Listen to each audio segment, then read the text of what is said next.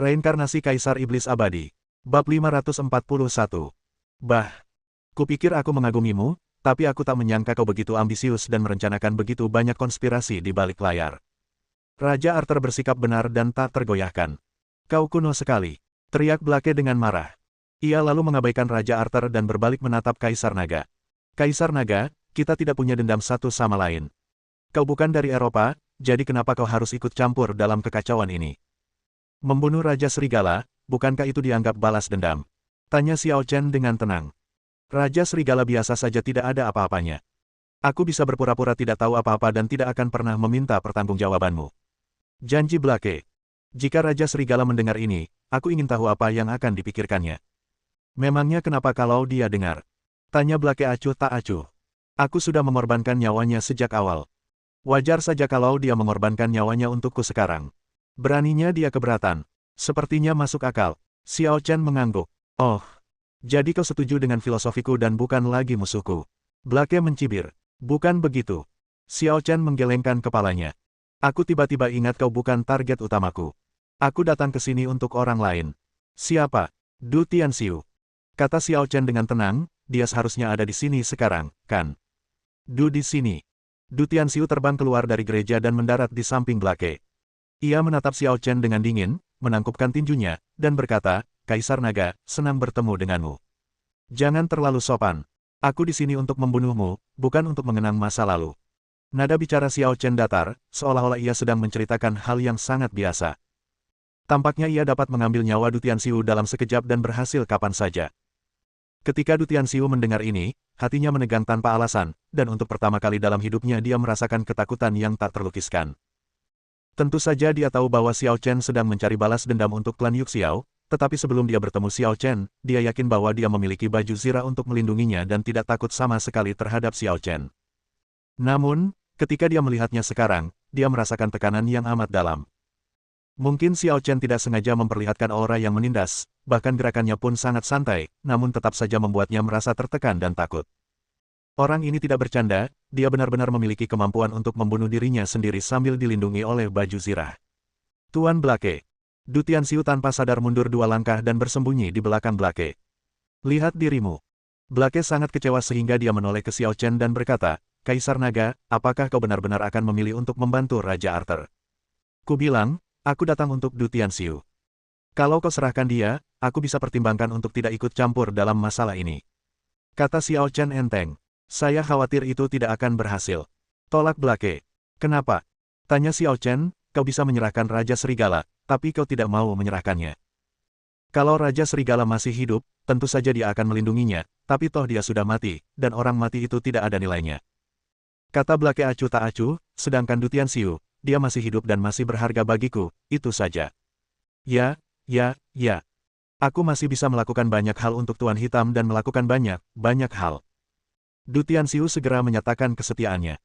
Kalau begitu, tidak ada lagi yang perlu dikatakan, ayo kita mulai. Kata Xiao Chen sambil meletakkan tangannya di belakang punggungnya. Sikapmu ini. Blake mencibir. Kaisar Naga, kau terlalu arogan.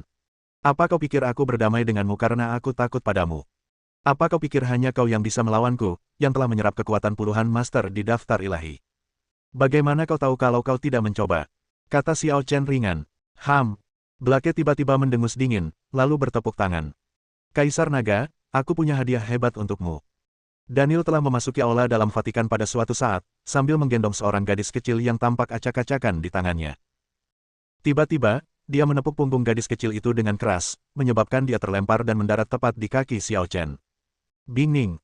Raja Arthur dan Fraser melihat wajah gadis kecil itu dengan jelas dan ekspresi mereka tiba-tiba berubah. Gadis kecil mesum yang menunjukkan kekuatan luar biasa di pegunungan Alpen, mengalahkan Raja Serigala, dan menjadi orang pertama dalam sejarah yang mencapai posisi kedua dalam daftar dewa, benar-benar menjadi seperti ini sekarang. Di belakangnya, raut wajah Xiao Yingsue sedikit terharu. Melihat Bingning terbaring di tanah dan sekarat, secercah rasa iba muncul di hatinya. Sebenarnya, Bingning cukup baik padanya. Dia selalu bilang ingin menjadi tuannya dan beberapa kali melindunginya tanpa memaksanya. Namun, Bingning dan Xiao Chen memiliki kepribadian yang berbeda, yang berarti mereka ditakdirkan untuk tidak pernah menjadi teman. Kaisar Naga, apa pendapatmu tentang hadiah ini? Tanya Blake penuh arti. Xiao Chen mengenali Bingning pada pandangan pertama, tetapi ekspresinya tetap tidak berubah. Ia berkata dengan nada datar, aku tidak begitu mengenalnya. Bagaimana mungkin kau menganggapnya sebagai hadiah yang luar biasa jika kau memberikannya kepadaku? Bukankah nasibnya sudah cukup untuk menjadi peringatan bagimu? Blake mencibir. Dia sama sombongnya dengan kekuatannya sendiri sepertimu, mengaku punya tubuh peri. Tapi di hadapanku, dia cuma bahan tertawaan. Badut yang hidup di dunianya sendiri yang sempit. Kalau kau bandingkan aku dengannya, kau akan kalah telak hari ini. Kata Xiao Chen sinis. Kata, badut tidak hanya membuat Blake marah, tetapi juga membuat Bingning yang sudah sekarat menjadi marah. Ia berbaring di depan Xiao Chen dan menatapnya dengan susah payah. Matanya yang tadinya polos kini dipenuhi kebencian. Tangannya terkepal, seolah ingin bangkit dan membunuh Xiao Chen. Namun pada akhirnya, dia tidak punya kekuatan. Xiao Chen melihat semua tindakannya dan berkata dengan nada menghina, sebagai roh, dengan tubuh roh abadi, kau berakhir dalam kondisi yang menyedihkan di planet Fana. Bukan pertempuran yang kau kalahkan, melainkan harga dirimu. Kalimat lainnya membuat Bingning gemetar seluruh tubuhnya, dan kemarahan di matanya memudar, digantikan oleh keraguan dan kebingungan.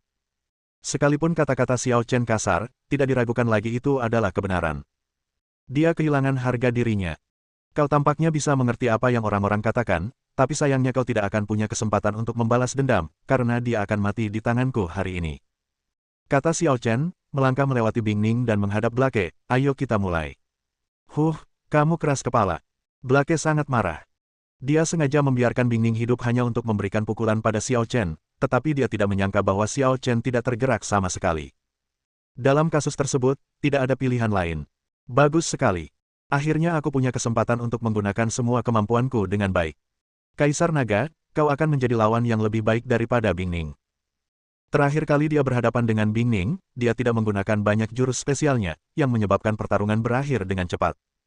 Kali ini adalah kesempatan bagus untuk menguji Xiao Chen. Pedang pembantai darah.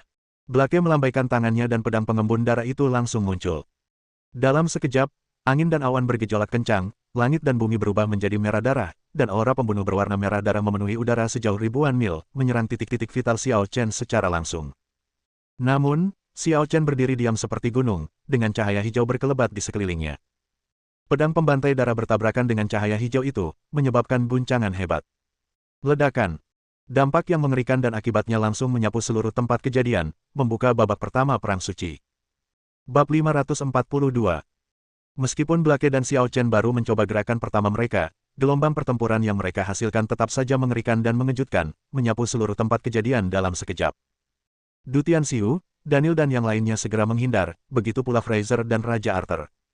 Xiao Yingsui ragu sejenak, lalu bergegas maju, meraih Bingning, dan membawanya ke tempat aman. Ia bisa melihat kondisi Bingning. Meridiannya rusak dan ia berada di bawah pantangan Black. Ia tidak lebih baik dari orang biasa dan pasti akan mati setelah pertempuran itu. Tetap di sini dan jangan bergerak, kalau tidak, kau akan mati kapan saja. Xiao Yingsui memperingatkan dan kembali ke medan perang lagi. Tunggu, apa kau tidak membenciku? Kenapa kau menyelamatkanku? Bingning bertanya dengan susah payah. Aku menyelamatkanmu dengan asumsi dia tidak punya niat membunuh. Kalau kau jadi musuhnya, aku akan membunuhmu duluan. Kata Xiao Yingsui dingin. Dia. Bingning menatap Xiao Chen di medan perang, seolah teringat sesuatu, dan berkata, kalau kau tidak ingin dia kalah, ingatkan dia untuk berhati-hati dengan jurus pamungkas Blake. Apa senjata rahasianya? Tanya Xiao Yingsui. Lubang hitam, jurus unik yang tak ada duanya.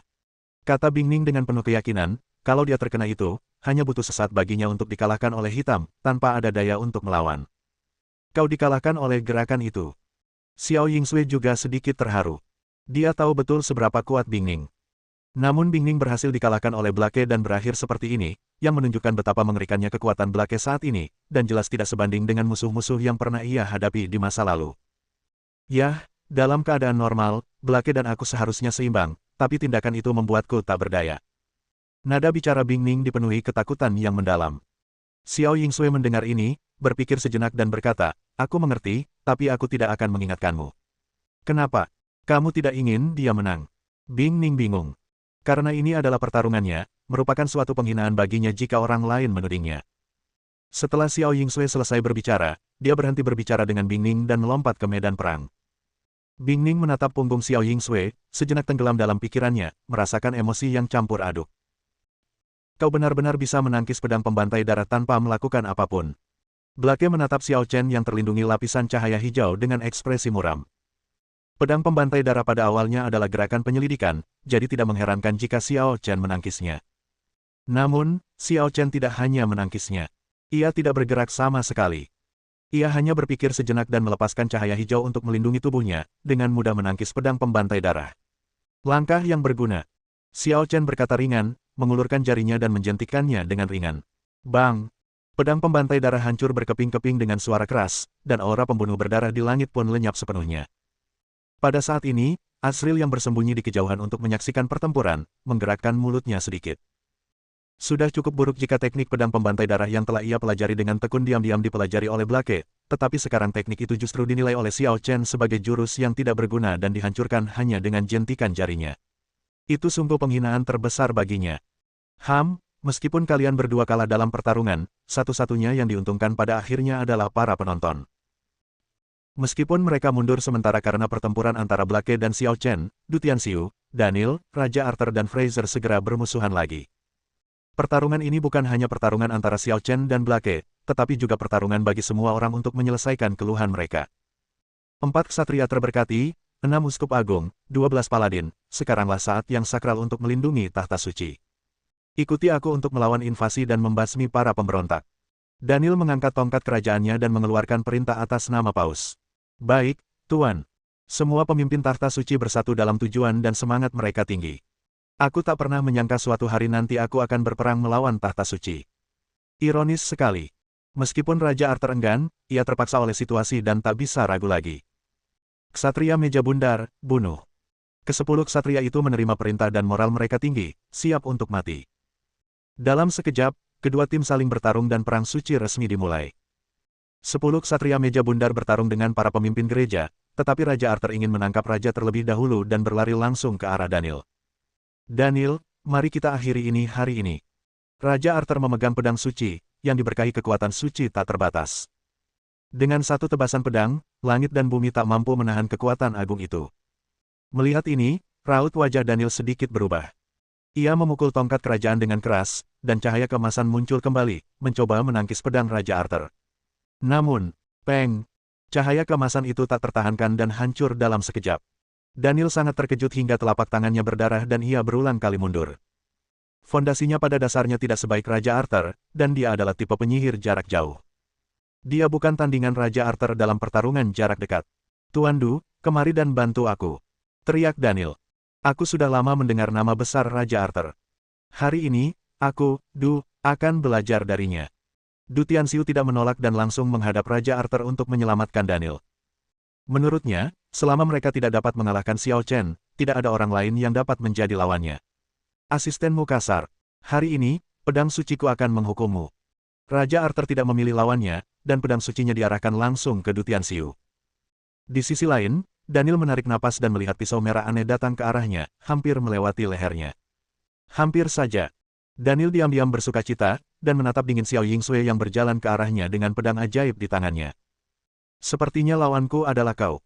Daniel mencibir. Gadis kecil, aku tidak berkontribusi dalam daftar dewa. Apa kau pikir aku lebih rendah darimu? Daniel selalu tahu rencana Blake, dan dia juga tahu bahwa daftar dewa akan menyerap keterampilan orang-orang, jadi dia tidak pernah mencoba yang terbaik dalam setiap daftar dewa. Jika tidak, peringkatnya akan setara dengan Raja Arthur. Meskipun Xiao Yingsui hanya menduduki peringkat ke-10, yang seakan-akan menyingkirkannya dari daftar para dewa, pada kenyataannya, di matanya, Xiao Yingsui sama sekali tidak perlu ditakuti. Omong kosong sekali. Xiao Yingsui berbicara dengan dingin, dan pedang ajaib di tangannya memancarkan cahaya jahat. Ketika pedang ditebas, para dewa dan hantu menjadi takut. Pedang yang sangat jahat. Aku takjub kau bisa mengendalikannya tanpa kehilangan akal sehatmu. Daniel memujinya dengan mulutnya, tetapi mencibir dalam hati. Ia mengangkat tongkat kerajaan tinggi-tinggi di tangannya, yang memancarkan cahaya suci yang luar biasa, membuat Xiao Yingsui merasa tertekan. Tapi sayangnya, cahaya adalah musuh bebuyutan kejahatan. Kau menggunakan pedang jahat untuk melawanku, tapi kau memilih lawan yang salah. Kekuatan cahaya tahta suci dapat menahan semua kekuatan gelap. Sebenarnya, kekuatan jahat Xiao Yingsui juga merupakan sejenis kekuatan gelap, yang hampir sepenuhnya dikalahkan oleh kekuatan cahaya. Oleh karena itu, ketika menghadapi Daniel yang tersembunyi, dia jatuh ke dalam situasi yang sangat pasif. Namun pada saat itu, Visa turun tangan, dengan paksa campur tangan dalam pertempuran, dan membalas kekuatan cahaya Daniel dengan kekuatan cahaya. Bapak Suci, bagaimana kalau menambahkan saya? Baik Fei Xia maupun Xiao Yingsui bukanlah tandingan Daniel, tetapi jika keduanya bergabung, hasilnya tidak akan dapat diprediksi. Lagi pula, Vesa juga merupakan kekuatan cahaya. Cahaya suci dan berkah suci miliknya adalah keterampilan tambahan yang paling sempurna, yang dapat membantu Xiao Yingsui menyingkirkan faktor-faktor negatif dari pengekangan atribut dan memungkinkan Xiao Yingsui menunjukkan kekuatan penuhnya dan melawan Daniel. Bab 543. Fei Xia, kamu sudah dewasa banget. Kamu masih sering bertengkar denganku. Daniel kecewa. Sama seperti Blake yang menghargai istana kerajaan, ia juga menghargai Fraser dari lubuk hatinya dan menganggapnya sebagai putri angkatnya. Dia membesarkan Faisa sebagai anak angkatnya sejak kecil dan memberikan begitu banyak perhatian padanya, namun pada akhirnya, Faisa mengkhianatinya. Bagaimana dia bisa berkata bahwa dia tidak menyesal atau sakit hati? Bapak Suci, aku menasihatimu untuk terakhir kalinya, mohon kembali. Pinta Fraser. Kukatakan lagi, kaulah yang seharusnya kembali. Kata Daniel dingin. Kalau kau kembali, aku bisa memohon pada Tuan untuk menyembuhkan lenganmu. Kau harus tahu bahwa Tuan telah mempelajari keahlian unik Rhodes, dan dia bisa menyembuhkan lenganmu. Tidak perlu. Fei Xia menggelengkan kepalanya, menggulung lengan bajunya yang putih, memperlihatkan lengannya yang putih mulus. Tanganmu. Daniel terkejut. Kaisar Naga telah menyembuhkanku sejak lama. Apakah ini alasanmu mengkhianatiku? Tanya Daniel. Tidak, Bapak Suci, Anda salah. Bukan itu alasan utamanya. Fraser menggelengkan kepalanya. Jika Anda mengajari saya sejak kecil untuk menaati Anda, mungkin saya tidak akan mengkhianati Anda hari ini. Tetapi apa yang Anda ajarkan kepada saya, dan yang telah saya tanamkan sejak kecil, adalah prinsip-prinsip Vatikan tentang kasih universal, kebajikan, dan kebenaran. Prinsip-prinsip tersebut menanamkan dalam diri saya kebutuhan untuk mengasihi semua orang dan menegakkan keadilan. Jadi, bahkan jika Anda, Bapak Suci, mengkhianati tujuan ini hari ini, Fei Xia pasti akan menghentikan Anda. Fei Xia tampaknya sudah lama menyadarinya dan tidak lagi terikat oleh emosi pribadi. Pendidikan pada masa kanak-kanak mempunyai pengaruh yang besar terhadap pertumbuhan dan pembentukan ketiga cara pandang seseorang. Kesalahan Daniel adalah dia tidak melanjutkan sampai akhir dan membiarkan Fraser menerima pendidikan paling murni dalam filosofi dan prinsip Vatikan.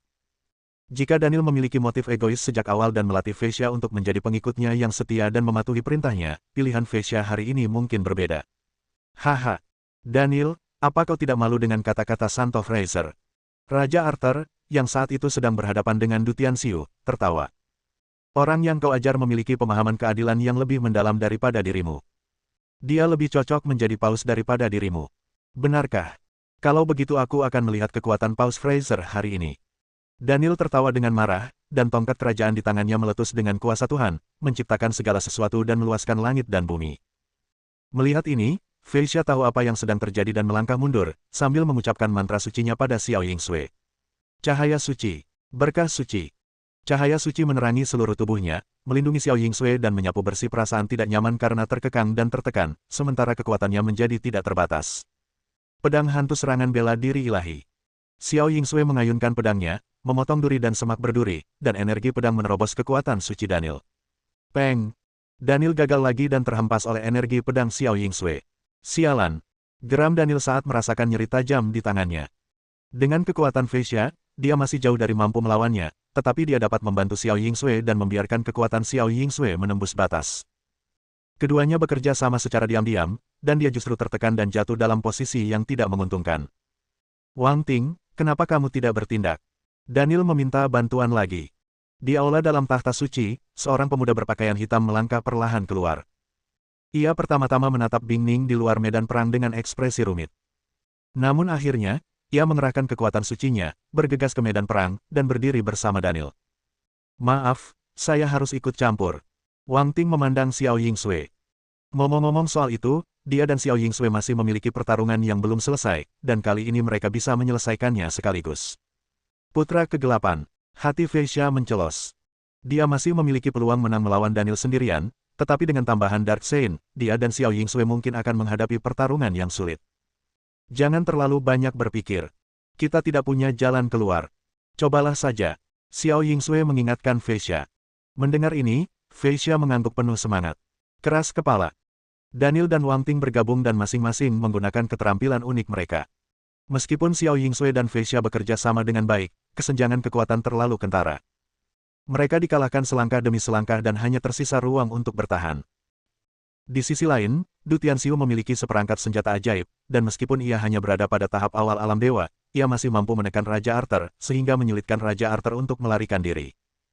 Pada saat yang sama, 4 ksatria yang diberkati, 6 kardinal dan 12 paladin tahta suci mengepung 10 ksatria meja bundar. 10 ksatria meja bundar tidak memiliki keuntungan dalam hal kuantitas maupun kualitas, dan dikalahkan setelah pertempuran jarak dekat. Hanya Blake dan Xiao Chen yang masih menemui jalan buntu. Tiba-tiba, aura di sekitar Blake memadat, dan udara ungu mengelilinginya, membentuk baju besi pertahanan mutlak. Gerakan Adolf. Xiao Chen mengangkat alisnya dan mencibir, masa depan seperti apa yang bisa kau miliki jika kau hanya bisa meniru. Ini bukan cuma tiruan. Blake mengaktifkan armor ungunya dan melambaikan tangannya untuk memadatkan darah dan menghabisi pedang itu. 1, 2, 3. Dalam sekejap, ia memadatkan 10 pedang pembunuh darah dengan aura pembunuh. Energi darah yang mengerikan mewarnai seluruh langit dengan aroma darah. Ziraki ungu menggabungkan serangan dan pertahanan, memberikan pertahanan absolut sekaligus meningkatkan kekuatan jurusmu sendiri. 1 pedang pembantai darah saja tidak bisa melukaimu, jadi bagaimana kalau 10? Blake mencibir dan menggabungkan 2 keahlian unik Adolf dan Azrael. 10 pedang pembunuh darah dipenuhi energi darah dan menyerbu ke arah Xiao Chen. Namun, Xiao Chen mengangkat tangannya sedikit dan menggulungnya di udara. Dalam sekejap, kekosongan itu seperti adonan lembut, dan pusaran air diputar ke dalamnya dengan tangan kosong, yang sangat menyerap. 10 pedang pembantai darah jatuh dan semuanya tercampur menjadi satu oleh kekosongan yang bengkok. Apa? Blake bingung. Gerakan sia-sia yang dikalikan 10 tetaplah gerakan sia-sia. Berharap menggunakan gerakan seperti ini melawanku hanyalah angan-angan. Begitu dia selesai berbicara, sosok Xiao Chen melesat dan langsung muncul di hadapan Blake. Ia mengambil inisiatif untuk menyerang untuk pertama kalinya dan menamparnya dengan telapak tangan biasa. Melihat hal itu, Blake mengaktifkan armor ungu miliknya hingga kekuatan maksimal dan menerima serangan telapak tangan itu dengan pertahanan penuh. Ledakan. Tabrakan dahsyat, guntur meledak. Klik. Retakan muncul pada baju zirah ungu milik Blake, dan tubuhnya terguncang hebat, menyebabkan dia tanpa sadar mengambil 7 atau 8 langkah mundur. Pertahanan yang bagus. Xiao Chen menyetujuinya. Meskipun telapak tangan itu menghancurkan baju zirah ungu itu, hal itu tidak menyebabkan banyak kerusakan pada Blake, yang membuatnya terkejut. Gerakan Adolf digunakan lebih terampil di tangan Blake. Lagi pula, gerakan-gerakannya sudah tetap, dan kekuatan absolutnya seringkali bergantung pada tingkat kultivasi dasar pengguna. Selema apapun suatu gerakan, ia dapat bersinar di tangan orang yang kuat. Demikian pula, sehebat apapun suatu gerakan, ia hanyalah hiasan di tangan orang yang lemah. Fondasi Blake jauh lebih baik daripada milik Adolf, jadi meskipun baju zirah ungu ini diciptakan oleh Adolf, pencapaian Adolf dalam baju zirah ungu tersebut tidak sebaik milik Blake. Hal yang sama berlaku untuk pedang pembantai darah Azrael. Bagaimanapun aku mendengarkannya, rasanya seperti kau sedang mengejekku. Blake menarik napas dalam-dalam dan tiba-tiba mencibir, Kaisar Naga, kau ditakdirkan kalah dalam pertempuran ini. Lihat sekelilingmu. Bab 544. Menghadapi pengepungan banyak guru dari tahta suci, ke-10 ksatria dan Hong Yan telah menunjukkan tanda-tanda kekalahan, dan hampir semua dari ke-11 ksatria memiliki bekas luka dengan ukuran yang bervariasi di tubuh mereka. Pertarungan antara Raja Arthur dan Du Tianxiu sedang berlangsung sengit. Keduanya bertarung dari darat hingga ke langit, masing-masing mengerahkan keahlian uniknya tanpa ragu, dan sulit untuk menentukan siapa yang lebih unggul. Adapun Xiao Yingsui dan Fei Xia, bahkan jika mereka dapat bertahan sebentar melawan Wang Ting dan Daniel, jika pertempuran berlanjut, kekalahan tidak dapat dihindari.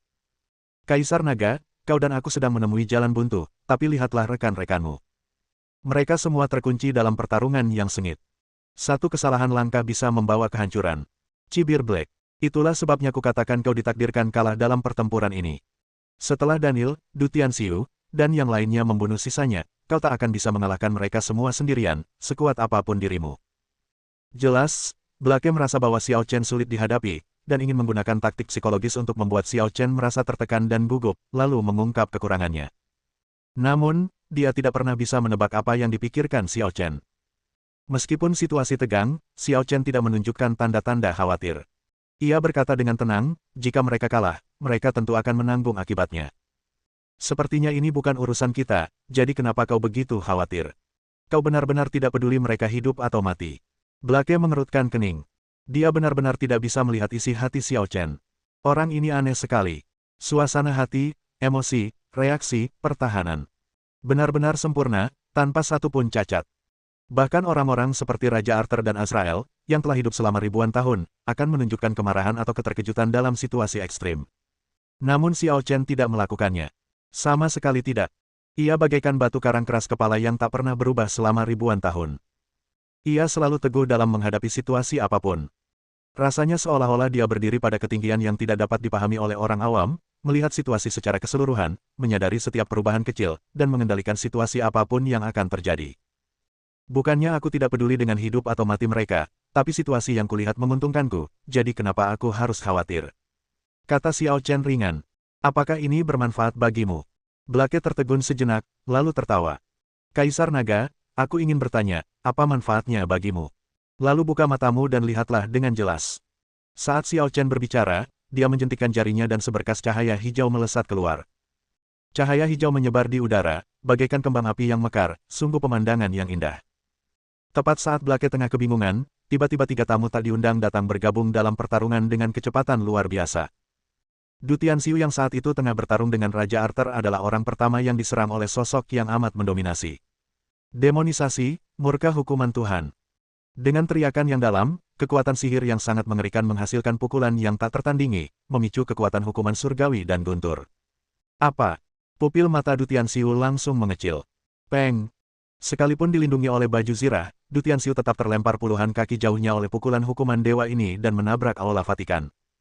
Raja Sun, temuilah sang guru. Setelah sosok yang mendominasi itu menjatuhkan Du Tianxiu dengan pukulan, dia berlutut langsung ke arah Xiao Chen, melakukan ritual tuan dan pelayan. Di sisi lain, 2 bayangan iblis lainnya menyerbu ke dalam pertempuran antara Xiao Yingsui dan Fei Sa. Bos bekerja sangat keras, kita tidak boleh ketinggalan. Mata iblis neraka. Demonisasi kegilaan Asura. Pangeran Yi dan Pangeran Xing menampilkan wujud iblis mereka yang terkuat, kekuatan mereka meningkat beberapa kali lipat dalam sekejap, dan aura mereka sendiri sudah cukup untuk membuat orang terengah-engah. Peng! Peng! Daniel dan Wang Ting tidak dapat menahan kekuatan kedua Raja Iblis, dan terpesona seperti Du Tianxiu. Raja Yi, Raja Hukuman. Salam, Guru. Setelah menjatuhkan musuh, kedua pria itu, seperti Raja Sun, berlutut dan bersujud kepada Xiao Chen dengan ekspresi saleh. Apa yang sedang terjadi? Xiao Yingsui dan Hong Yan baik-baik saja, tetapi Fei Xia, Raja Arthur dan yang lainnya terkejut. Ketiga Raja Iblis yang sangat kuat ini sebenarnya adalah pelayan Xiao Chen. Tak heran jika ia selalu begitu percaya diri, ternyata ia sudah menyiapkan rencana cadangan. Tidak bagus, ketiga Raja Iblis ini bukan tandingan manusia. Dibandingkan dengan keterkejutan Raja Arthur Fraser, para pemimpin tahta suci panik. Du Tianxiu, Daniel, dan Wang Ting sama-sama memiliki kekuatan daftar dewa, tetapi mereka dikalahkan oleh 3 Raja Iblis dalam satu pertempuran.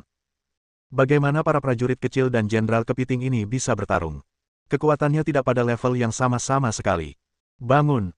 Xiao Chen melambai ke arah ketiga raja itu. Untuk berjaga-jaga, dia memberikan pemberitahuan sementara dan meminta ketiga raja untuk datang.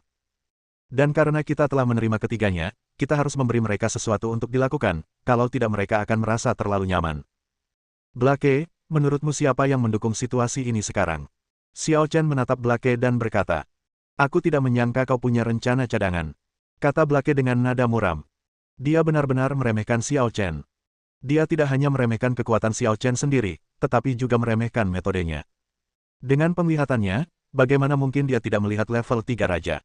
Sungguh luar biasa bahwa Xiao Chen bisa membuat ketiga Raja Iblis ini menyerah. Sebenarnya, kami tidak membutuhkannya pada awalnya, itu hanya sesuatu yang spontan. Xiao Chen tahu betul bahwa Raja Sun, yang terkuat dari ketiga raja, mungkin mirip dengan Raja Arthur dalam keadaan normalnya, tetapi setelah dirasuki, kekuatan mereka akan meningkat beberapa kali lipat dan sebanding dengan Raja Serigala. Terakhir kali Xiao Chen bertarung melawan ketiga raja itu, ia belum pernah melihat wujud iblis mereka secara utuh. Alasan ketiganya menyerah sepenuhnya karena kode sihir terlarang. Ketiga raja itu juga sangat jelas tentang kekuatan musuh, jadi mereka segera berubah menjadi iblis dan menyerang target dengan satu pukulan, meninggalkan Du Tianxiu dan 2 lainnya tidak memiliki kekuatan untuk melawan. Daniel dan Wang Ting berjuang untuk merangkak keluar dari reruntuhan aula yang hancur, tampak sangat menyedihkan dan terluka parah. Di sisi lain, Du Tianxiu juga terbang kembali. Karena ia dilindungi oleh baju zirah, luka-lukanya jauh lebih ringan daripada 2 lainnya. Akan tetapi, ketika satu pihak memperoleh keuntungan, pihak lain memperoleh kerugian, dan situasinya tidak diragukan lagi telah berbalik. Hitam, ambisimu tidak akan pernah terwujud. Raja Arthur melihat fajar kemenangan dan merasa bahagia. Ketika Blake mendengar ini, ekspresinya menjadi semakin tidak yakin. Setelah ragu-ragu cukup lama, dia tiba-tiba berkata dengan dingin, lupakan saja, aku akan membiarkanmu melihat terlebih dahulu, mahakarya paling sempurna dalam hidupku. Begitu selesai berbicara, Blake melompat ke langit dan merapal mantra dengan tangannya. Tiba-tiba, sebuah kekuatan gelap yang dahsyat melonjak di seluruh langit, menyebabkan gempa bumi dahsyat yang mengguncang semua orang yang hadir. Kekuatan gelap. Semua pemimpin tahta suci berhenti dan bingung sejenak. Mereka tidak tahu kebenarannya, jadi mereka semua bingung saat ini. Bagaimana paus tua itu memobilisasi kekuatan gelap dan menjadi begitu berkuasa? Rumornya, Wang Ting adalah Dark Saint generasi ini, tapi sekarang dia ada di pihak mereka. Apa benar-benar ada yang mencurigakan? Tuan, kata Daniel kaget, apakah Anda akan mengungkap kekuatan gelap di muka umum pasti akan menimbulkan kecurigaan dan tidak kondusif untuk menggalang hati masyarakat. Saatnya menunjukkan dirimu. Blake selalu percaya bahwa sejarah ditulis oleh para pemenang. Selama dia memenangkan pertempuran ini, pendapat orang-orang di bawah tidak penting. Jadi bagaimana jika dia mengungkap kekuatan gelap? Tunjukkan dirimu, muridku yang baik. Mantra itu diucapkan, dan kekuatan gelap Blake menyerang langsung ke tanah. Bab 545. Di tingkat neraka ke-16, sesosok yang linglung tiba-tiba membuka matanya, dan didorong oleh kekuatan manik, belenggu yang mengikat anggota tubuhnya langsung putus. Ah! Dengan suara gemuruh yang mengerikan, langit dan bumi bergetar hebat, para dewa dan hantu menangis. Dia seperti dewa kegelapan yang terbangun dari neraka, menerobos 16 tingkat neraka, turun ke tanah dan memperlihatkan kekuatan ilahi tertinggi. Hebron, tangan kanan Tuhan. Raja Arthur adalah orang pertama yang mengenali identitas pria itu dan terkejut serta marah. Meskipun dia pernah mendengar Xiao Chen membicarakan hal ini sebelumnya, tidak ada bukti. Sekarang setelah dia melihatnya dengan mata kepalanya sendiri dan memastikannya dengan mata kepalanya sendiri, amarahnya membara dan dia tidak bisa tenang. Hebron memang juniornya, tetapi tak diragukan lagi dia adalah salah satu orang yang paling dikaguminya. Mungkin banyak orang mengatakan bahwa Hebron itu sifatnya dingin dan acuh tak acuh, tidak peduli dengan apapun kecuali beribadah, dan punya kepribadian yang cacat. Namun dia paham bahwa Hebron hanyalah orang yang santai dan tenang, tetapi sebenarnya dia memiliki hati yang jujur. Menghadapi bencana yang ditimbulkan oleh Raja Serigala, ia merasa berkewajiban untuk memimpin semua orang dalam pertempuran melawan Raja Serigala. Ia memimpin pasukan dalam pertempuran dan selalu menempatkan dirinya dalam posisi paling berbahaya, tetapi ia tidak pernah mengeluh setelahnya. Lagi pula, jika dia benar-benar orang jahat, bagaimana mungkin dia memiliki status setinggi itu di mata orang-orang di Vatikan, bahkan melampaui Paus Daniel? Blake, dia muridmu, bagaimana mungkin kau tega melakukan ini? Raja Arthur menggerutu.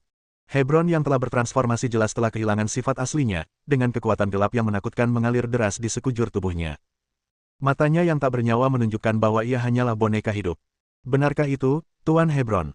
Ya Tuhan, bagaimana mungkin Tuan Hebron bersikap seperti ini? Mungkinkah Tuan Hebron tidak hilang, melainkan dipenjara di 18 tingkat neraka? Bagaimana mungkin? 18 tingkat neraka adalah tempat para penjahat di penjara. Bagaimana mungkin Tuan Hebron di penjara di sana? Hanya Paus yang memenuhi syarat untuk memasuki tingkat terbawah 18 neraka. Yang mulia, bolehkah saya bertanya apa yang sedang terjadi? Meskipun Hebron telah menghilang selama lebih dari 50 tahun, ia masih memiliki pengaruh besar di Vatikan. Setelah menyadari bahwa segala sesuatunya tidak sesederhana itu, seseorang akhirnya tidak dapat menahan diri untuk bertanya kepada Daniel dan Blake. Bajingan, apa kalian mencoba memberontak? Teriak Daniel. Di Vatikan, Paus adalah satu-satunya keyakinan tertinggi kalian. Apapun yang kulakukan, kalian seharusnya tidak mempertanyakanku. Yang mulia, kami tidak mempertanyakan Anda, juga tidak memberontak. Kami hanya ingin Anda menjelaskan masalah tentang Tuan Hebron. Seorang kesatria yang diberkati melangkah maju dan berkata, Senior, apa kalian tidak mengerti? Feisha melihat kesempatan itu dan berkata dengan tegas, semua ini adalah konspirasi dua generasi Paus. Mereka iri dengan bakat senior Hebron dan telah menggunakan cara-cara gelap untuk mengendalikannya dan memenjarakannya di neraka tingkat ke-16. Apa? Ini sungguh terjadi. Betapa kejamnya. Saya tidak percaya. Bagaimana mungkin Paus yang agung melakukan ini? Semua orang di Vatikan mulai panik dan tidak tahu siapa yang harus dipercaya. Jika itu hanya pernyataan sepihak Fraser, mereka tentu tidak akan mempertanyakan Paus. Sayangnya, Paus tua itu mengerahkan kekuatan kegelapan, dan tangan kanan Tuhan Hebron dilepaskan dari neraka tingkat ke-16 dan berubah menjadi boneka. Siapapun yang memiliki sedikit akal sehat akan tahu bahwa ada sesuatu yang salah. Bukan hanya itu, Raja Serigala yang baru saja bangkit dari kematian, membantai biarawan, dan menyerang istana Buckingham juga berada di bawah perintah kalian berdua, para Paus, kata Raja Arthur tegas. Tahta suci adalah kuil berusia 1000 tahun. Apakah kalian benar-benar tidak mampu membedakan yang benar dari yang salah, sehingga mencemarkan nama baik tahta suci yang telah berusia 1000 tahun? Ini. Semua orang di Vatikan saling memandang, tidak dapat mengambil keputusan. Tuan, situasinya tidak baik. Daniel menatap Blake. Tidak masalah. Hebron bisa menghabisi mereka sendiri. Blake mencibir, menggumamkan sesuatu pelan, dan memberi perintah kepada Hebron. Bunuh mereka semua. Begitu Shen Leng selesai berbicara, kekuatan gelap melonjak dari tubuh Hebron, dan gerakan mengejutkan dari atas ke bawah menghancurkan semua orang yang hadir. Bagaimana aku bisa mewujudkan keinginanmu? Raja Sun, Raja Yi, dan Raja Xing adalah yang pertama menanggung beban serangan. Ketiganya bergabung untuk melawan kekuatan tertinggi Hebron. Ledakan. Tabrakan hebat dan ledakan dahsyat itu menyebabkan mereka yang lebih lemah langsung terhempas. Hanya segelintir orang seperti Xiao Yingsui, Fei Xia, Raja Arthur, dan lain-lain yang nyaris tak bisa berdiri. Pertempuran antara Hebron dan tiga raja berlanjut. Ketiga raja bekerja sama untuk menghadang Hebron, membuatnya melayang di udara. Jurus pamungkasnya tidak mendarat di tanah, sehingga hanya menimbulkan beberapa badai.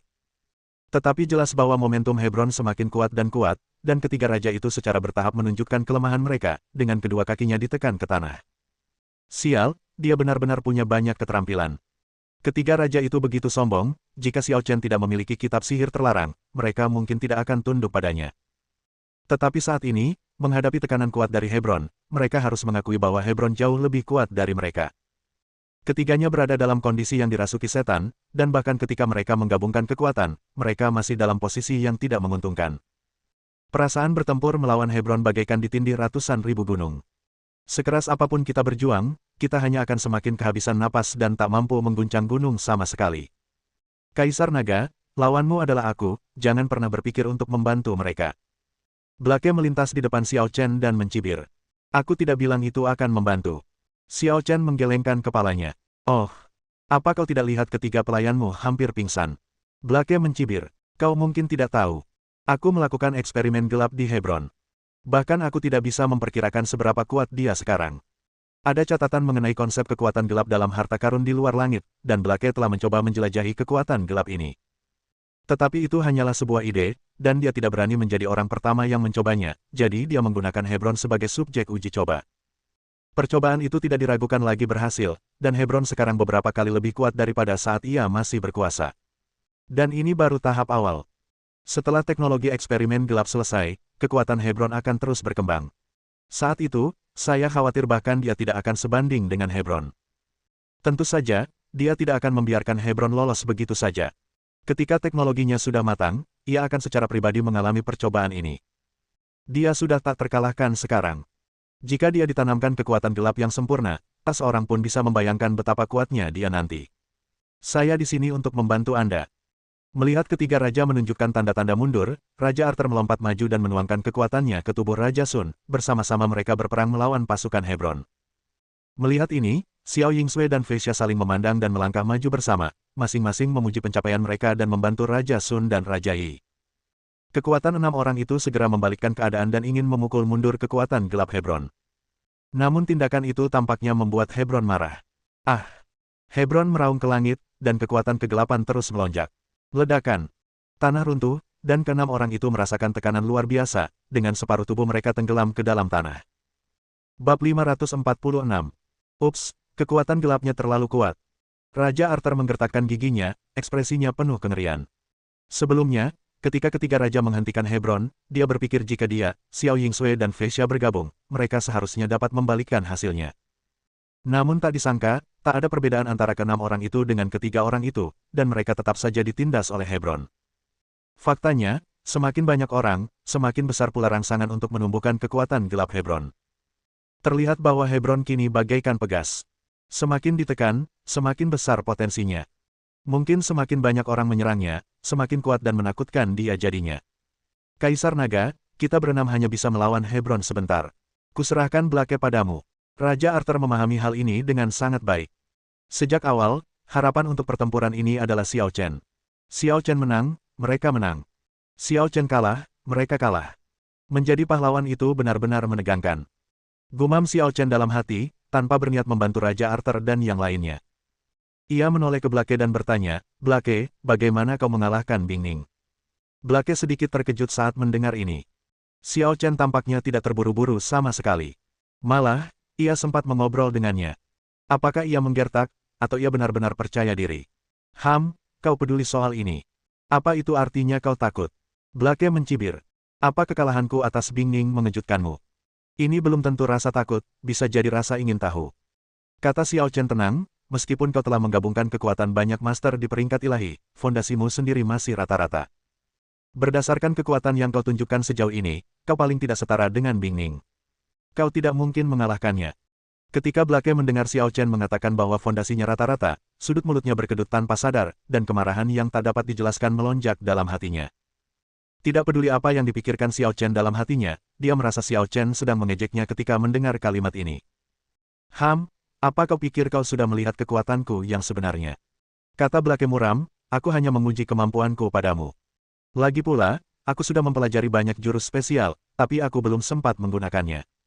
Jangan coba-coba. Pedang pembantai darah, sirah Ki Ungu, cahaya keputusasaan, kemampuan spasial. Semuanya jurus yang kurang bagus. Bahkan jika kau belajar lebih banyak, apa gunanya? Mata Xiao Chen tiba-tiba berubah dingin. Gunakan jurus terkuatmu. Ini satu-satunya kesempatanmu. Bajingan. Blake mengayunkan jubahnya dan berteriak dengan marah. Karena kau begitu ingin mati, aku akan mengabulkan keinginanmu. Cepat minggir, jangan ditahan olehnya. Di luar lingkaran pertempuran, Bing Ning berteriak pada Xiao Chen dengan kekuatan yang muncul entah dari mana. Meskipun hubungannya dengan Xiao Chen sangat buruk, dia tahu dalam hatinya bahwa Xiao Chen tidak akan mau berdebat dengannya, dan jika dia jatuh ke tangan Blake, dia pasti akan mati, atau bahkan menjalani kehidupan yang lebih buruk dari kematian. Jadi, dia tentu saja berharap Xiao Chen bisa menang. Kau pikir ini permainan?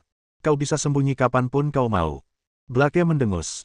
Ia melambaikan tangannya dan menggunakan jurus pamungkasnya lagi. Penjara langit dan bumi. Dalam sekejap, kekuatan langit dan bumi yang tak terlihat dan tak berbentuk menyelimuti Xiao Chen. Namun, ekspresi Xiao Chen setenang kolam. Ia membiarkan penjara langit dan bumi membebaninya, dan ia berdiri tak bergerak. Kamu bahkan lebih bodoh dari Bing Ning. Dia masih bisa merasakan bahaya, tapi kamu bahkan tidak bisa melawan. Begitu kata-kata dingin itu terucap, sebuah lubang hitam besar tiba-tiba muncul di belakang kepala Xiao Chen, seperti seorang pembunuh yang membuka mulutnya dan menelan Xiao Chen dalam sekali teguk. Pada saat yang sama, Blake berbalik dan menghilang dari tempatnya. Sudah berakhir. Bing Ning mendesah pelan. Setelah ditelan lubang hitam, Xiao Chen hanya merasakan ruang dan waktu di sekitarnya berubah, dan dalam sekejap mata semuanya gelap gulita. Waktu dan ruang yang lain. Xiao Chen menatap dengan tenang ke ruang gelap tak berujung di sekelilingnya, seolah tengah memikirkan sesuatu, dan samar-samar memahami sesuatu. Kaisar Naga, akulah penguasa mutlak ruang ini.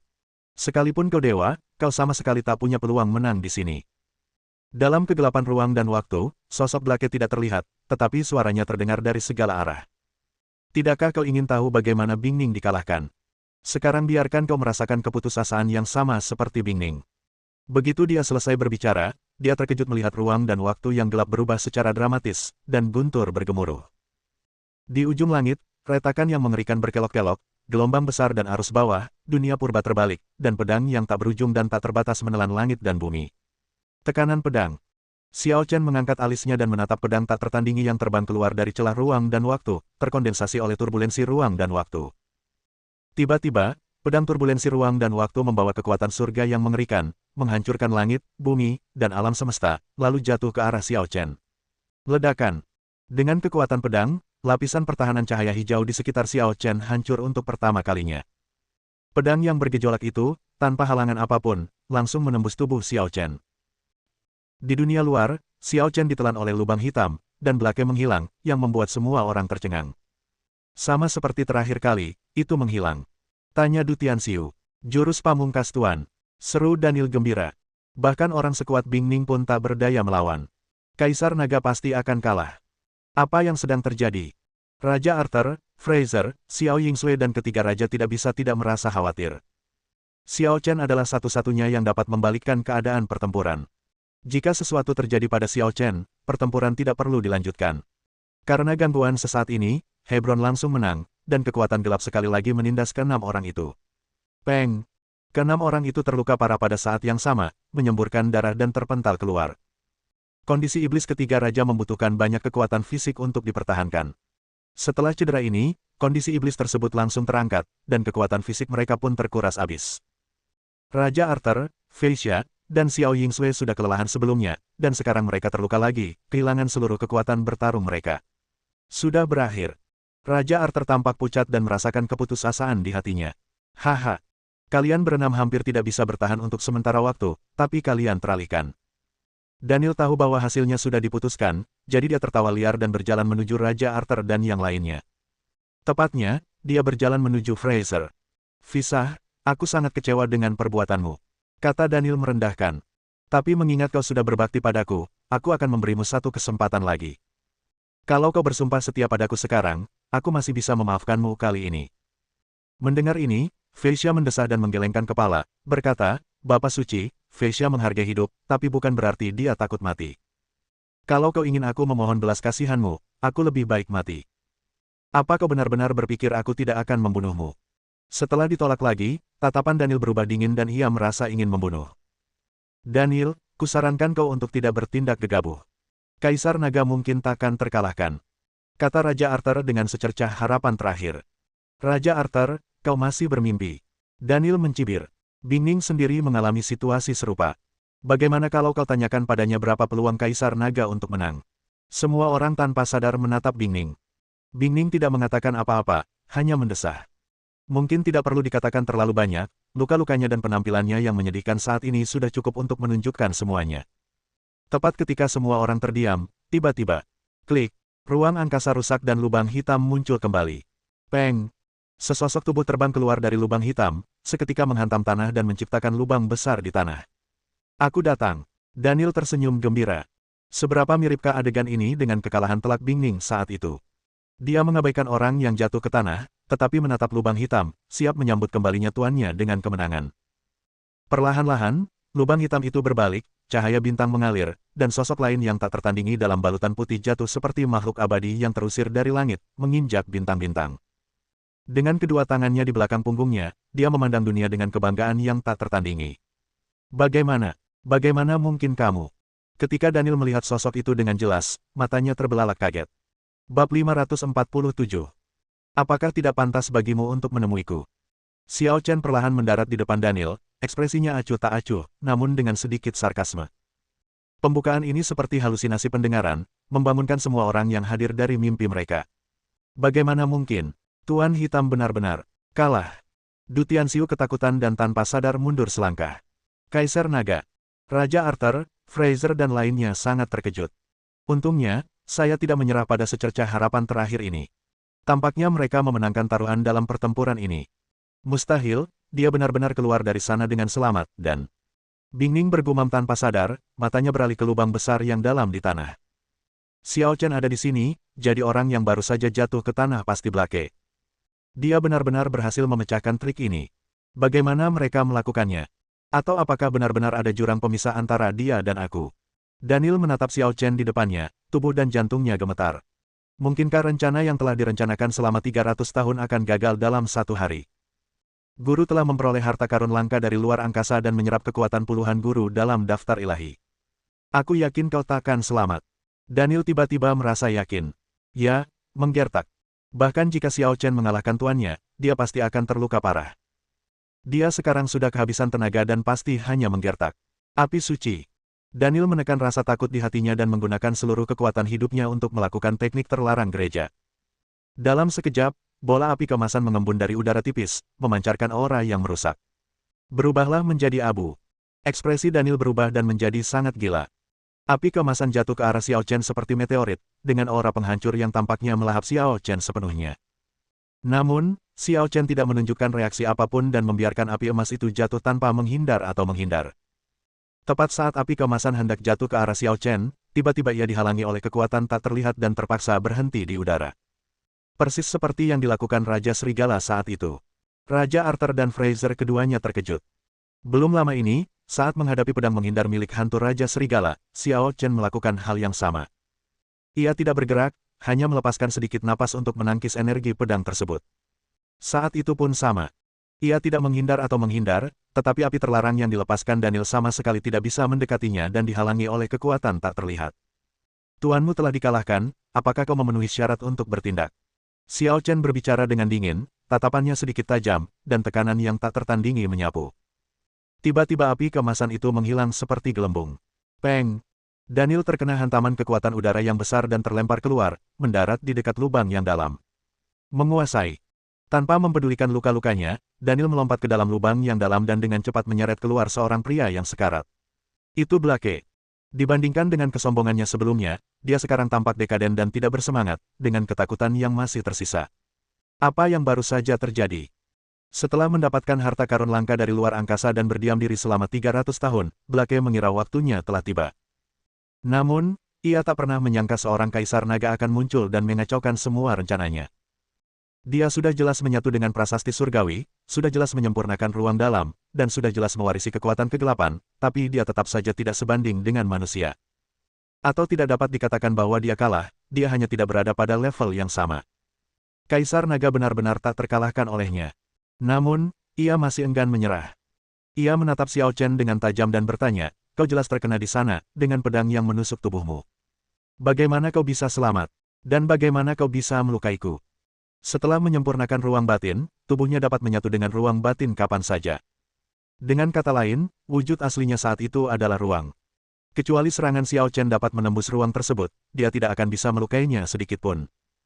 Tetapi kenyataannya, Xiao Chen tertusuk pedang dan dia bahkan tidak melihatnya melawan. Akibatnya, pada detik berikutnya, dia diserang secara tidak dapat dijelaskan, terlempar keluar ruangan, dan terluka parah. Di sisi lain, Xiao Chen tidak memiliki satupun bekas luka di tubuhnya, sungguh tidak dapat dipercaya. Mau tahu? Xiao Chen mengangkat tangannya dan menunjuk, lihat dadamu. Blake terkejut ketika mendengar ini. Rupanya pada saat itulah dia menyadari ada bekas pedang di dadanya, tanpa sepengetahuannya, seperti ada pedang tajam yang menembus sekujur tubuhnya, dan darah pun mengucur deras. Luka ini, bagaimana mungkin? Blake merasa ngeri. Luka ini seharusnya muncul pada Xiao Chen, mengapa muncul padaku? Inilah aturan anti cedera dari domain pedang surgawi. Kata Xiao Chen dengan tenang, kau pikir kau telah melahapku dengan dunia batinmu, membuatmu tak terkalahkan di duniamu sendiri dan mampu memanipulasi aturan sesuka hati. Tapi kau tidak tahu bahwa domain pedang surgawiku dapat menutupi dunia batinmu. Di sana, aturannya dibuat olehku. Wilayah pedang surgawi. Serangan balik. Benar sekali. Kata Xiao Chen dengan tenang, singkatnya, jika kau menyerangku di wilayah pedang surgawiku dan melukaiku, aku bisa mentransfer kerusakan itu kepada orang yang melukaiku. Kau. Pupil mata Blake mengecil karena terkejut, apakah kau sengaja tidak melawan dan menggunakan tubuhmu untuk menahan pedang itu? Ini adalah metode yang paling sederhana dan efektif. Lagi pula, kamu belum memiliki wujud fisik saat itu, jadi sangat sulit untuk menyerangmu. Mengapa ini terjadi? Blake menjadi gila. Bagaimana hal seperti itu bisa ada di dunia ini? Alam pedang surgawi. Aturan pembalasan. Apakah kekuatan-kekuatan ini dapat dikendalikan oleh manusia? Harus kuakui, ruang batinmu cukup bagus. Pinjamkan padaku. Saat Xiao Chen berbicara, dia mengangkat tangan kanannya dan menghirup udara. Tiba-tiba, lubang hitam di langit tampak mengembun menjadi sebuah bola, perlahan-lahan jatuh dan mendarat di telapak tangan Xiao Chen. Kembali di pegunungan Alpen, ia melihat ada sesuatu yang mencurigakan di lubang hitam Black, tetapi ia tidak tahu persis apa itu. Baru setelah ia ditelan olehnya, ia menyadari bahwa itu adalah ruang yang independen. Bahkan dunia yang independen. Dunia batin bukanlah hal yang asing baginya.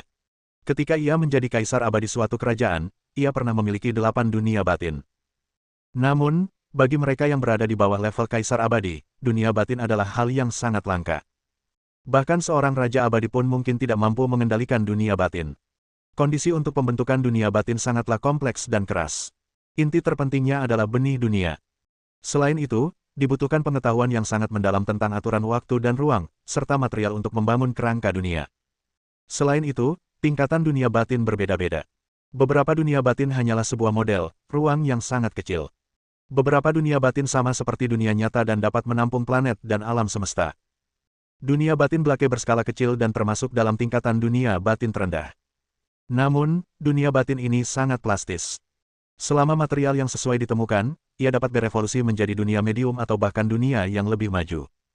Dan bagi Xiao Chen saat ini, bahkan dunia batin tingkat terendah pun sulit didapat, jadi dia tentu tidak akan pilih-pilih.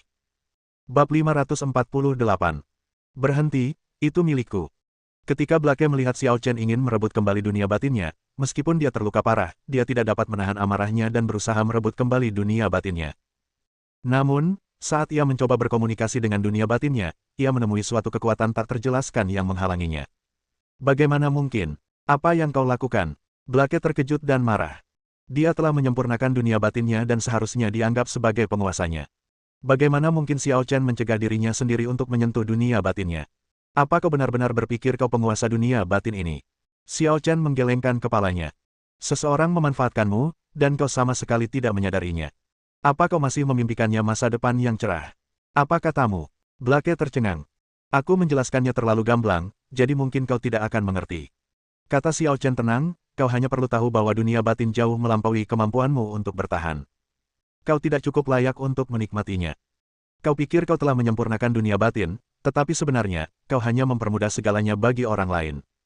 Dengan menghentikanmu sekarang, aku sebenarnya membantumu. Begitu selesai berbicara, Xiao Chen menutup telapak tangannya, dan lubang hitam serta bola hitam itu berkelebat dan menghilang tanpa jejak. Tidak ada yang tahu kemana Xiao Chen membawa mereka. Pada saat yang sama, bagian terakhir hubungan antara Blake dan dunia batinnya terputus sepenuhnya, dan dia tidak bisa lagi merasakan napas apapun dari dunia batinnya. Kamu menggunakan logika bandit. Blake hampir muntah darah. Kau mencuri sesuatu yang seharusnya menjadi milikku, dan kau masih bilang kau membantuku. Hebron, bunuh dia untukku. Blake tiba-tiba teringat bahwa ia masih memiliki kartu truf Hebron. Dia belum kalah. Dia tidak mau mengaku kalah. Sebab begitu dia mengaku kalah, perencanaan selama 300 tahun akan hancur, dia tidak akan punya apa-apa lagi, dan tidak akan ada kemungkinan untuk membalikkan keadaan dalam hidup ini. Bagaimana dia bisa bersedia?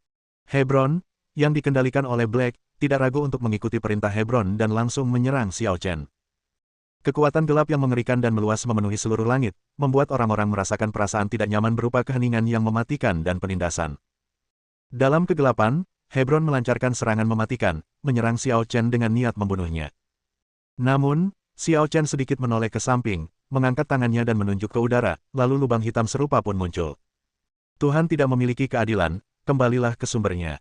Dalam sekejap, Hebron terhalang oleh lubang hitam dan terpaksa melayang di udara. Kekuatan gelap di tubuh dan sekitarnya diserap oleh lubang hitam dan terus-menerus dituangkan ke dalamnya. Dalam waktu kurang dari sesaat, kekuatan gelap dalam tubuh Hebron lenyap sepenuhnya, matanya berangsur-angsur kembali jernih, dan ekspresinya penuh kebingungan. Sepertinya dia kembali. Xiao Chen menarik lubang hitam itu dan menjentikkannya pelan. Peng! Hebron terbang dan mendarat tepat di sebelah Fisa. Feisha mengerti maksud Xiao Chen, lalu bergegas maju membantu Hebron berdiri sambil berteriak, Hebron senior. Hebron akhirnya tersadar kembali, namun melihat wajah Feisha yang masih muda dan asing, dia bertanya dengan ragu, gadis kecil, siapakah kamu, dan di mana tempat ini? Aku. Feisha tidak tahu bagaimana menjawabnya untuk sesaat. Ia bahkan belum lahir ketika Hebron menghilang. Ia baru mengetahui tentang perbuatan Hebron, tangan kanan Tuhan, setelah ia menjadi orang suci. Namun kini dia tidak dapat menyebut dirinya sebagai Santo Vatikan. Senior, akhirnya kau bangun. Keempat ksatria suci tahta suci bergegas menghampiri, gembira. Anda, Hebron hanya merasa pusing dan kesadarannya kacau. Ia sama sekali tidak ingat apa yang terjadi. Lagi pula, dia telah kehilangan kesadaran dirinya selama lebih dari 50 tahun, yang merupakan waktu yang terlalu lama. Senior, kamu baru bangun. Jangan pikirkan apapun. Istirahatlah yang cukup. Pada saat ini, semua orang di Vatikan sudah tahu apa yang sedang terjadi dan apa yang harus dipilih. Kadang-kadang, meskipun orang tahu bahwa bos mereka melakukan segala macam hal buruk dan merupakan orang jahat, mereka tidak memiliki cara untuk melawan karena mereka tidak memiliki keberanian untuk memimpin. Sekarang setelah Hebron kembali, orang-orang tahta suci telah memperoleh persatuan yang cukup besar, dan bahkan jika mereka menentang Paus, mereka tidak lagi memiliki begitu banyak kekhawatiran. Tetapi bagaimana Hebron bisa tetap tenang saat ini? Dia mengalihkan pandangannya ke Daniel dan Blake dan berkata dengan terkejut, Tuan, Daniel, Anda. Dalam keadaan tak sadarkan diri, dia tampaknya akhirnya mengingat sesuatu dan merasa sedih. Dua orang terdekatnya justru bersekongkol untuk menjebaknya. Hanya dia sendiri yang bisa mengerti bagaimana rasanya. Apa gunanya masih ngomongin ini sekarang? Kata Blake dingin, tanpa menunjukkan rasa sesal sama sekali. Kau memang tidak pernah menghormatiku sebagai majikanmu sejak awal. Hebron tidak akan pernah melupakan kebaikanmu dalam mengajariku. Mengapa guru punya pikiran seperti itu? Hebron tidak mengerti. Xiao Chen tak peduli dengan dendam antara Hebron, Daniel, dan Blake.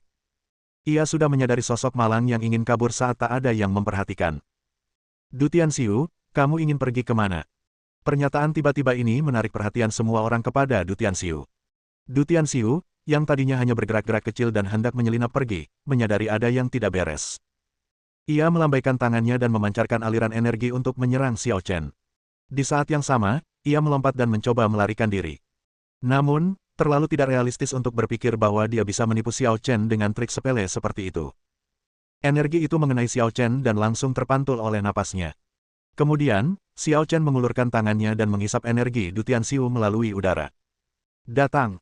Du Tianxiu tiba-tiba tertekan oleh gravitasi 100 kali lipat, dan jatuh langsung dari udara, menghantam tanah dengan keras. Sudah kubilang aku datang ke sini hanya untukmu hari ini.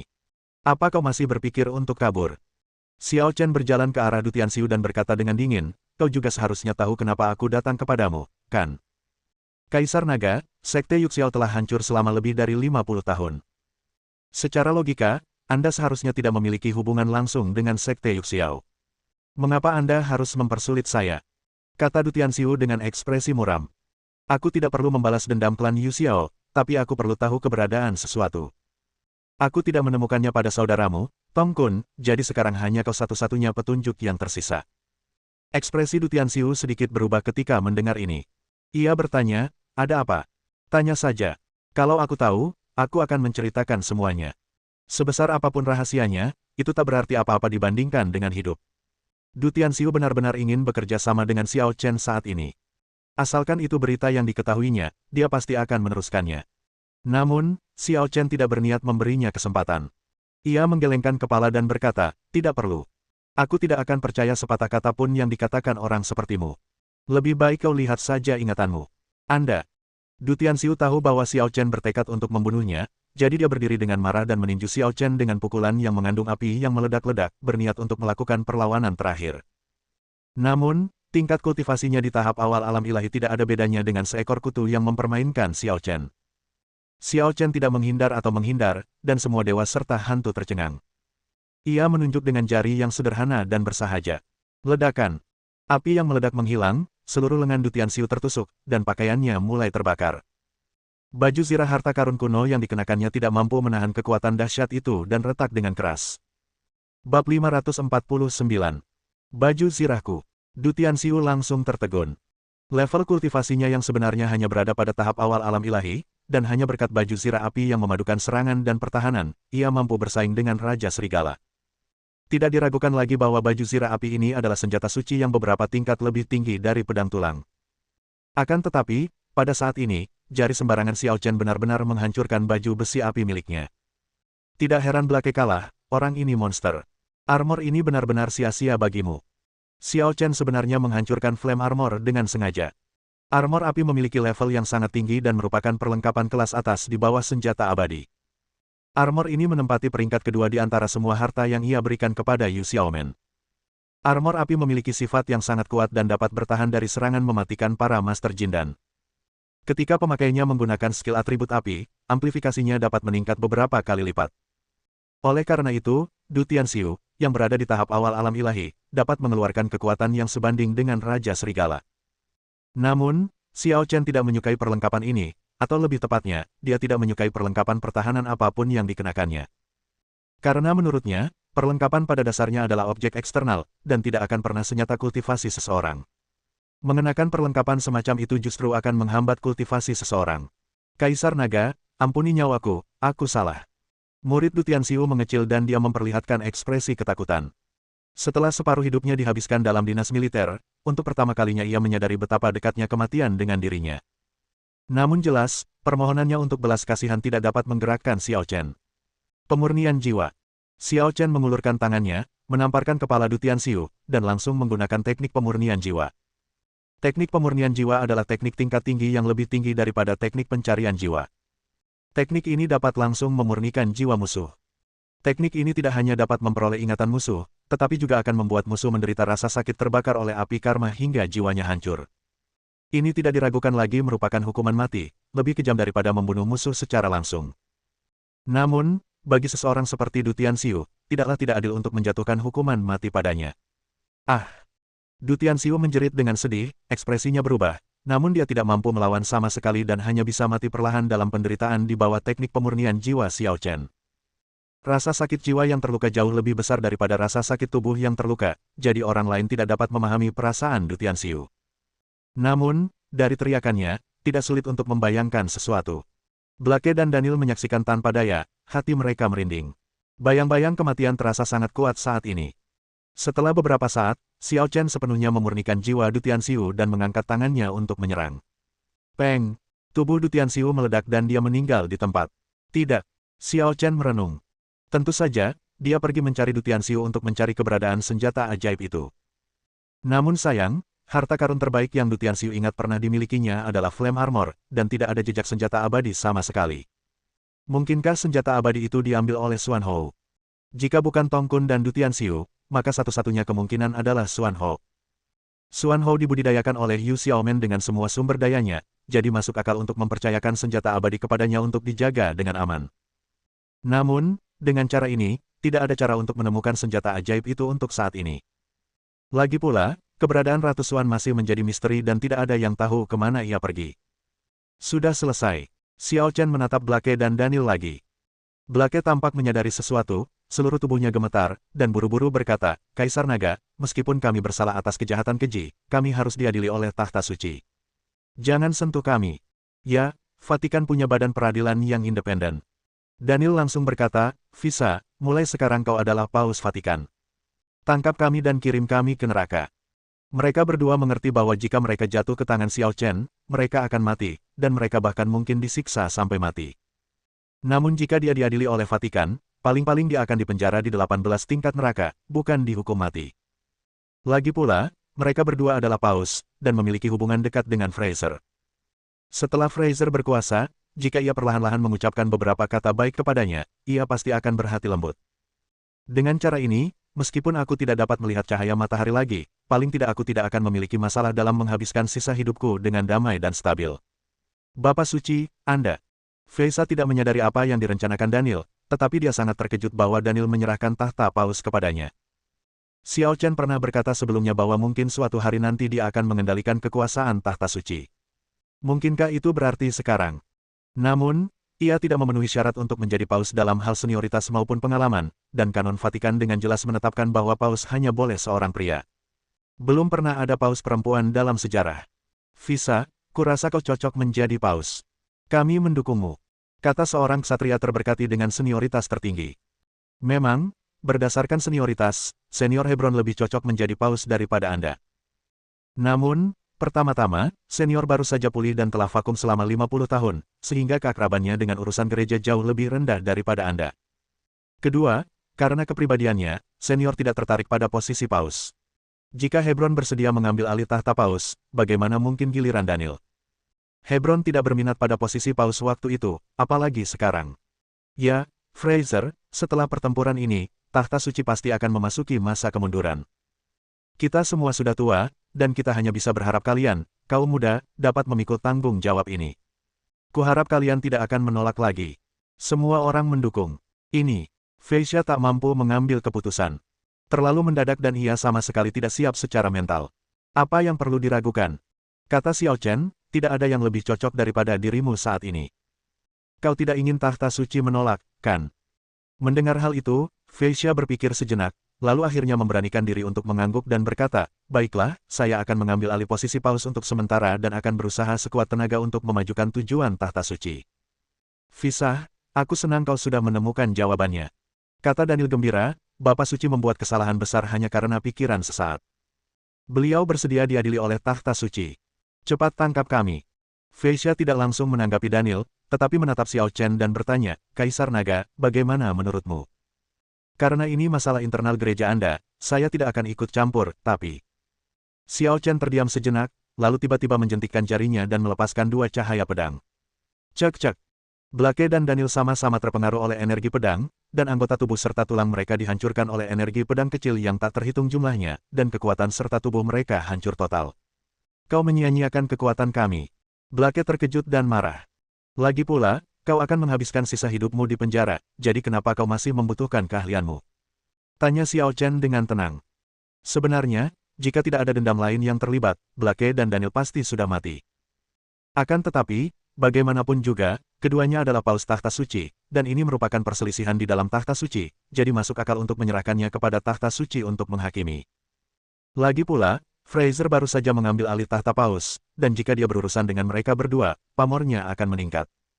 Feisha tahu Xiao Chen sedang memikirkannya, dan ia tidak mengecewakannya. Ia langsung memerintahkan, kemarilah, tahan mereka sementara dan tunggu persidangan. Ya. Petugas penegak hukum Vatikan melangkah maju dan membawa Black dan Daniel yang cacat itu pergi. Sisanya terserah kalian. Ying Sui, Hong Yan, ayo berangkat. Xiao Chen berpikir bahwa setelah tertunda sekian lama, sudah waktunya untuk kembali ke Tiongkok. Ye Yufei sering meneleponnya bulan lalu. Meskipun ia tidak mendesaknya untuk kembali, kerinduannya tergambar jelas dalam kata-katanya. Kaisar Naga, tunggu. Pada saat ini, Bing Ning tiba-tiba memanggil Xiao Chen. Bab 550. Xiao Chen sedikit terkejut saat mendengar Bing Ning memanggilnya. Dia menoleh ke arah Bing Ning dan bertanya, mengapa, apakah kamu masih ingin menjadi guru Ying Sui? Bing Ning berkata dengan nada merendahkan diri, dengan adanya kamu di sini, kualifikasi apa yang aku miliki? Lalu kenapa kau meneleponku? Kau, seharusnya bukan dari bumi, kan? Tanya Bing Ning. Setidaknya, kau pasti sudah pernah meninggalkan bumi sebelumnya. Kalau tidak, kau tidak akan tahu tentang tubuh abadi itu, apalagi asal-usulku sebagai ras elf. Apa gunanya menanyakan pertanyaan ini? Xiao Chen tidak ingin menjawab. Kalau kamu pernah meninggalkan bumi, kamu pasti tahu caranya. Bisakah kamu membawaku? Pinta Bing Ning. Aku sudah 7 tahun jauh dari rumah dan tidak bisa menemukan jalan pulang. Lalu bagaimana kau bisa sampai ke bumi? Tanya Xiao Chen penasaran. Aku menggunakan jimat penembus batas dan tak sengaja terteleportasi ke sini. Bing Ning menundukkan kepalanya, tampak sedikit malu. Jimat penembus batas sangat langka dan merupakan benda yang sangat berharga di antara para elf. Namun, saat itu, ia menganggapnya menyenangkan, jadi ia mencuri jimat penembus batas. Ia bahkan menggunakannya karena penasaran dan akhirnya terdampar di bumi. Jimat penembus batas. Xiao Chen menunjukkan ekspresi aneh. Pengalaman Bing Ning terlalu mirip dengannya. Saat dia menggunakan jimat penghancur batas untuk datang ke bumi, dia menjalin hubungan dengan Sekte Yuxiao. Jimat pemecah batas adalah transmisi acak satu arah ke suatu ruang angkasa, jadi setelah tiba di bumi, mustahil untuk kembali melalui rute yang sama. Namun, ada triliunan waktu dan ruang di alam semesta, dan hanya kebetulan saja dia dan Bing Ning sama-sama diteleportasi ke bumi saat mereka menggunakan jimat pelanggar batas. Aku tahu cara meninggalkan bumi, tapi jalan itu tidak menuju ke para peri. Xiao Chen menggelengkan kepalanya. Tempat tinggal para elf adalah ruang khusus yang mandiri. Tanpa bimbingan seseorang, sulit bagi orang luar untuk masuk ke dalam tempat tinggal para elf. Ekspresi Bing Ning menjadi gelap saat mendengar ini. Namun tak lama kemudian, ia bertanya dengan heran, apakah kamu tahu di mana roh-roh itu berada? Bukan hanya aku yang tahu, aku juga pernah mengalaminya. Kata Xiao Chen ringan. Apa? Bing Ning sangat terkejut. Xiao Chen benar-benar pergi ke kampung halamannya. Ini sungguh menakjubkan. Dulu, klan roh adalah klan kuat yang tak kalah kuatnya dengan klan iblis. Sayang sekali mereka mengalami kemunduran. Xiao Chen mendesah pelan, seolah mendesah penuh emosi. Tujuannya pergi ke suku roh sama dengan tujuannya pergi ke alam iblis, yaitu untuk mengambil keterampilan tertinggi suku roh dan menggunakannya untuk mengintegrasikan dan menciptakan teknik abadi ekstrim kekaisaran. Dapat dikatakan bahwa ia telah mengunjungi semua kelompok etnis dengan fondasi yang kuat dan mengumpulkan keterampilan paling maju, yang mengarah pada penciptaan keterampilan terlarang, teknik abadi ekstrim kekaisaran. Setelah itu, Xiao Chen menatap Bing Ning dan berkata, kau memiliki tubuh roh, yang langka bagi ras roh saat ini. Mereka pasti sedang mencari cara untuk membawamu kembali. Tunggu saja dengan sabar. Jika saat itu adalah masa kejayaan mereka, para Elder mungkin tidak terlalu peduli dengan benda langit yang masih primitif. Namun, sekarang setelah Elder mengalami kemunduran, nilai sebuah benda langit menjadi tak ternilai, dan mereka tentu tidak akan membiarkan Bing Ning menghilang. Kau bohong padaku, kan? Bing Ning kembali menertawakan dirinya sendiri. Ayahku dan para anggota suku selalu memberitahuku betapa dahsyatnya tubuh abadi itu, sebuah fenomena sekali dalam 1000 tahun. Aku selalu mempercayainya. Tapi aku bahkan tak sanggup menghadapi Blake, apalagi kau. Bukankah ayahmu sudah memberitahumu bahwa ada 4 tahap tubuh abadi? Xiao Chen berkata dengan tenang, kau bahkan belum menguasai kekuatan paling dasar dari tahap pertama, tapi kau pikir kau tak terkalahkan. 4 tahap. Bing Ning terkejut ketika mendengarnya. Ia selalu berpikir bahwa ia telah sepenuhnya memanfaatkan kekuatan tubuh abadinya. Mungkinkah ia hanya memandang dunia dari sudut pandang yang sempit? Aku pernah melihat 3 tubuh abadi sebelumnya, dan kaulah yang keempat. Xiao Chen melanjutkan, di antara ketiganya, satu mencapai tahap keempat, tetapi hanya sebelum kematiannya. Saat itu, ia dikelilingi banyak orang dan terluka serta berada di ambang kematian, memasuki stadium 4. Sayangnya, hal ini tidak memungkinkannya untuk membalikkan keadaan. Malah, hal itu semakin menguras vitalitasnya, menyebabkannya meninggal di tempat. Saat Xiao Chen berbicara, dia mengingat masa lalu. Ketika bertemu orang itu, ia belum menjadi kaisar abadi, jadi ia tidak berani mengaku tak terkalahkan. Ia hanya kenalan biasa, jadi wajar saja ia tidak akan memaksakan diri untuk memimpin. Ayahku pernah berkata bahwa tubuh abadi adalah fisik unik dari ras roh.